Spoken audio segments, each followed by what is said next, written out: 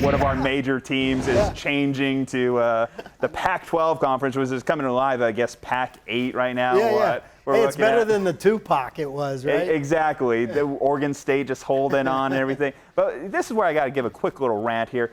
Change your name. Change your name. There is no tie to the Pacific anymore with like half these teams. And we're talking about a team in the Lone Star State, being in the Pac-12 Conference. And we're also talking about in the ACC, we have Cal, Stanford over there. So now everything you're saying is based in logic and fact, right? That said, it's funny how you've seen the reaction, including Texas State students or whatever. Rudy Koski was out there the other day. That Pac-12 brand was built over time, right? Yeah. It's still real, even though the conference is not what it was. It was gutted, right? But no, I think it's interesting how brands work, even when what made the brand great is all gone. But there's something about saying, yeah, we're in the Pac-12, even though it's... So, I mean, everyone's obviously excited over there in San Marcos, right? G.J. Kinne's excited. The president of the school is excited. But what does this really mean for the university? Does it really mean them taking that next step to truly be, if this is considered still a Power 5 conference? And that's fair. And the answer is a resounding yes, in that it is a huge step for Texas State. All right, perspective check. This is a school that was an FCS school less than 15 years ago, right? So then they jump into the big boy FBS world, but yet they were the smallest, tiniest pea in that ocean. Well, now they've continued to build. G.J. Kinne had a lot to do with that. Don Coryell, their athletic director, had a lot to do with it. And their president, Kelly Damphus, had a lot to do with it, especially those two at the top together.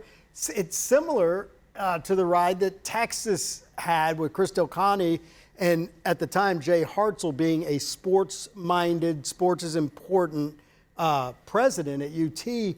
When you have that and then you have a football coach, in UT's case it was Sark, in Texas State's case it was G.J. Kinne, that is actually making things happen on the field, now all of a sudden you have something. This is that alignment word we talk about.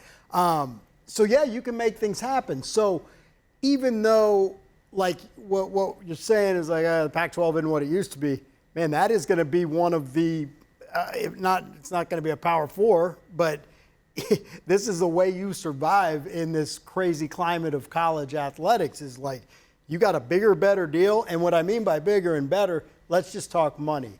I don't have the specifics. I couldn't get the specifics out of when we talked with Don Coryell the other day, but everything you read, you go from getting from like the revenue sharing from the Sun Belt, $2 million to around 10, if not more. That's a lot of money for your program that's not used to having that. It opens doors. That helps you with, I mean, now it's not even about recruiting. It's about pay that man his money, right? Absolutely. It's a salary cap situation. So, yeah, and then it does help in recruiting. We were talking about that with Don where, I mean, when he can go, or any of those Texas State coaches can go, say you're playing basketball, it's like, hey, man, you want to play the Zags? That's going to be a cool experience for you in football. You want to take on one of the reigning college football playoff teams that play on that crazy Smurf blue field, Boise? Like, that's kind of cool, right? Let's do this. So it helps you there. It does a lot. I think it does improve the brand. It grows the national awareness of Texas State. And now it's up to Texas State to keep improving in these different sports and make their presence known. Absolutely. I mean, you look at the construct of this conference as currently built, when things kick off next year, Boise State will undoubtedly be the favorite in this conference, especially from a football perspective, to win it year after year because they had been dominating the Pac or the Mountain West. They had been dominating the WAC before that. They had been a consistent force in college football for 20 years, really, going back to that Oklahoma win. So that's going to be Texas State's biggest competition and going to be their biggest thing that they have to check off the box whenever we get into actual competition. Utah State still out there, Colorado State, some scrappy programs, but not really programs with rich football history, I would say. So there's an opportunity certainly to elevate themselves to the top of the pack. However, there are risks. I don't want to say that this is a risk-free thing for Texas State, only because you look at the Pac-12, they've been the poster child for conference mismanagement. I mean, the Pac-12, the only reason we're in this situation where they're poaching the Mountain West, they're poaching the Sun Belt, they're poaching the AAC, it's because they absolutely blew it. Let's face it. They had Oregon, they had USC, they had UCLA just a couple years ago, and all those teams said, no, we're going to the Big Ten. They were wooing Texas. It wasn't that long ago that was a story that Texas was about to bolt. It made a lot of sense, and it seems like, I think it was going to boil over for a long time, but then when COVID happened, it really pushed it over the top for the Pac-12, because you look how things were like, maybe we'll play a season, maybe we won't. We got 6 games, 4 games. Yeah. We'll cancel games left and right. Turned off a lot of players, turned off a lot of coaches. Yeah. And at the end of the day, if you're USC, you're like, screw this. I know where they value football. The Big Ten, the SEC, these conferences that fought to keep football on the field that year. And I get it. It was a tricky year for a lot of programs, and specifically for the Pac-12 at that time with how California was holding and cracking down on large sporting events. But still, other conferences made it happen. The Pac-12 didn't. So now I'm curious how this new leadership at the top of the Pac-12 is going to handle that, how they're going to handle the TV rights deals, how they're going to make this actually a viable conference that Texas State will shine in, that they're not basically going to be a glorified Sun Belt just with, a better headerline. Right. No, to your point, those are real concerns. I know when the money's already there and they're already with if I'm not mistaken, the Pac-12's already partnered up with one of our competitors, one of the major affiliates. So that's why that $10 million can come in, reported that easy. When you got, that's what makes a lot of this work, right? We joked about it before, how I still think that's one of the funniest things I've heard, and maybe it's true, in that eventually there's going to be 2 conferences, Fox and ESPN. Again, absolutely. TV money makes it all go around. And I posed that question to both President Danfus and to Don Coryell, in that, and I wasn't almost asking, it was like, man, when you are in this climate and you have a more lucrative, more powerful conference, you don't walk, you run, because now we're getting to the point, 20 years ago, you didn't feel like you were playing a game of Survivor, or what was the kids' game, the musical chairs, where you just, music's over. Oh crap! That's almost what some of these. Chair pulled out from underneath you. Right, and that's almost where some of these smaller schools, man, status quo is not necessarily the best thing, because you don't know what's ahead if you're in one of these smaller conferences. As this whole thing continues to make. Back to the Pac-12, that's exactly what happened at Cal, right? They got left without dance partners, and that's why they kind of got screwed in this whole thing. For Texas State, when we think about their continued growth as a university, as a football program, as an athletic program and everything, they're in this interesting spot, right? Being right between Austin and San Antonio too, right? So they're going to be the only one in that conference, you would think, to be able to have access to a lot more Texas recruits and everything. So I'm curious to see how they can expand their blueprint in recruiting out west, because that seems where they want to put their mark, right? Because you want still a few guys from that, especially, again, we're going to the Pac-12, and I keep harping on this, but we have Fresno State in that conference, right? Colorado State, San Diego State. It's, in California, right? Like, how many schools do we have right now? Is it just Fresno State at this time? I know that there's another San one. Jose State are they part of that mix? Oh no, San Diego State. San Diego State. Okay, so San Diego State, of course, they're going to have more access to Southern California, whereas Fresno State's going to come in with those NorCal recruits. I just think if Texas State could just get into that market somehow, that's going to be the sweet spot to really putting this program in a true competitive nature. Now, another component to this is, where do they see themselves in 5 years? Where do they see themselves in 10 years? Do they see themselves actually becoming a playoff team, which this expanded playoff, we'll see how it plays out in action this year, as far as whether they want to stick at 12 teams, or they want to go to 16 teams, 20 teams, 40 teams, whatever it may be. So I'm curious how that's going to work. Well, and I got, when you're talking about where they see themselves in 5 years, I know if you're, and I never like to speak for somebody, but because we just talked to President Danfus and Don Coryell, like, yeah, they're talking about this move puts us in a better spot to make, the CFP. You love hearing that's, heck, that was a reality going into last year. At least that was an expectation when people thought that Little Texas State could be that one to sneak in and get one of those final CFP spots. The fact that G.J. Kinne,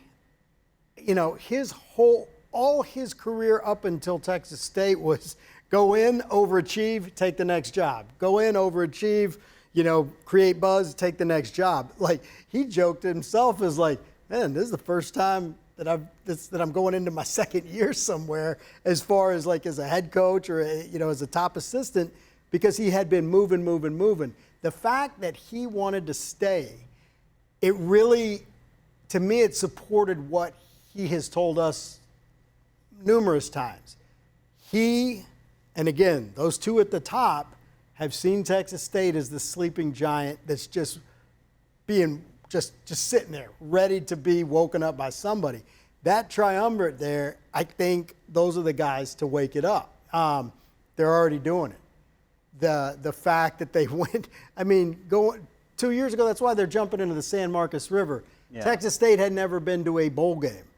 They made the bowl game. They won the bowl game. They went back to the bowl. They won it again. Like, this kind of success plus G.J. Kinne, an offensive guy. That's what recruits love. You're seeing it with Sark. He can fill out his skill positions. I'm not saying he's hand-picking, but he's always going to have people lined up to be in his offense on a similar level, if not at the same level. But that's G.J. Kinne. Lights it up like a pinball machine. Kids love that. Now, get the money right, because this same G.J. Kinne was borderline just not begging the donors, but just stating the case like, guys, time to pay. Joining us now on the Sports Office, Mike Hardball Hardge. He's the host of the Morning Kickoff on AM 1300. Mike, how's it going today, man? I'm good, man. Thanks for having me back on. It's been a while, but I'm ready for it. Texas State, formerly Southwest Texas State University in the Pac-12, Pac-8, I guess, basically you would call it when you actually look at how many schools are really in this conference at this time. Talk about what a landmark moment that is for that school to enter that conference after just even a few years ago being considered one of the worst college football programs in America. Well, it's funny that you say that because I have a buddy that played football there in the early 90s, and he's always said that this was a sleeping giant. This is the Slam Marcus is one of the best towns that nobody ever talks about. And now they're getting a chance to be on the big stage. The Pac-12 is not your father's or grandfather's Pac-12, but it is still a major conference with an opportunity for them to put themselves in the conversation. If they can go out there and play well, it puts them in the conversation for some of those at-large bids for the playoffs. If you're a conference champion, and it's a unique conference because of the fact that if you look at all of them, they're all state schools. They all say state on them. So it's pretty interesting. And I saw a graphic the other day that the state of Texas now has 7 of the 10 major conferences represented in it. And adding Texas State to the Pac-12 just made it that much more. I know the revenue situation is going to be outstanding for them. They've done a lot of upgrades at Texas State University, and they have done a great job of making sure that they put themselves in position to accept this offer, which will be coming up pretty soon. Here's why I like it. You mentioned it. They're not going to be facing USC. They're not going to be facing UCLA, Oregon, any of those high-tier Pac-12 schools from the past. However, when I look at a guy like G.J. Kinne, and the question has been lingering in the air of how long is G.J. Kinne for Texas State, considering that he's proven himself, right? He's proven himself at lower tier university, and usually when that happens, the big fish come, hunting, right? Right. Those small fish. So, what do you think this does for them in terms of keeping him around and keeping the positive momentum that they got as a program going? Well, you just got a pay raise again. So you're going to have to do that. You're going to have to make sure that part of that money that you're getting is getting ready to go to him, because to your point, if he goes out there, continues to have success, other schools are going to try to pull them. But the big part about it for me is now you're in one of those major conferences. Now you're getting your opportunity to go into a conference and put landmark decisions on there. You'll be able to lead your team. And if you can get them into the playoffs, and now that it's expanded, you're going to have every opportunity to do so, and you're part of a major conference, sky's the limit for GJ Kinne.